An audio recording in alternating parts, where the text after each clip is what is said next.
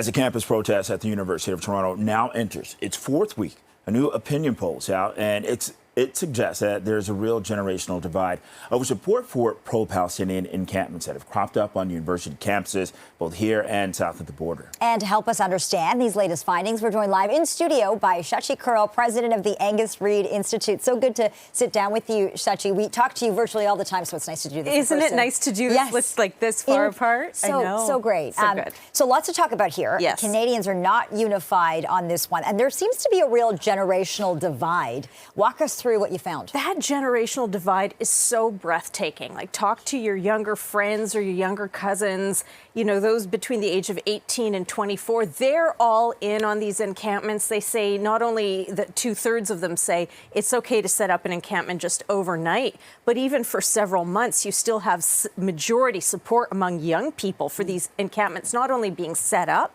but dragging on and on. Go talk to their grandparents, people over the age of 65. They're like, oh, no way. No, take these things down. We don't support them. They shouldn't be up overnight, and they shouldn't certainly be up for months. And that's how stark it is. Okay, and so this is a cross-border view of encampments.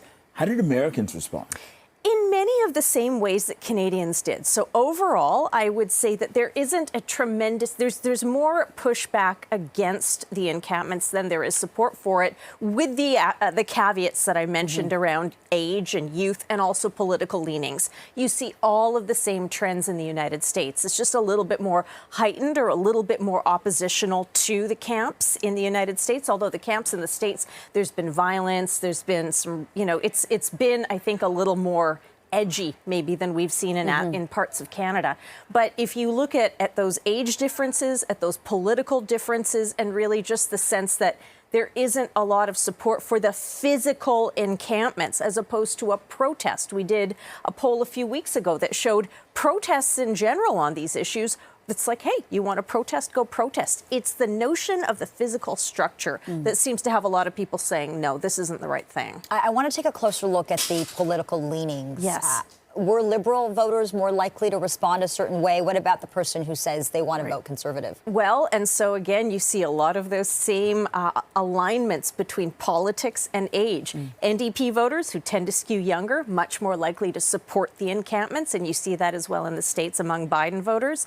Older voters tend to skew a lot more conservative, and they are the ones much more likely to say take these down, as well as conservative voters. Liberal voters tend to be a little more in the middle on these issues, but they're still more supportive of the encampments in Canada than conservative voters who are pretty absolutist on it. And what do you hear about President Joe Biden's handling of the war in Gaza?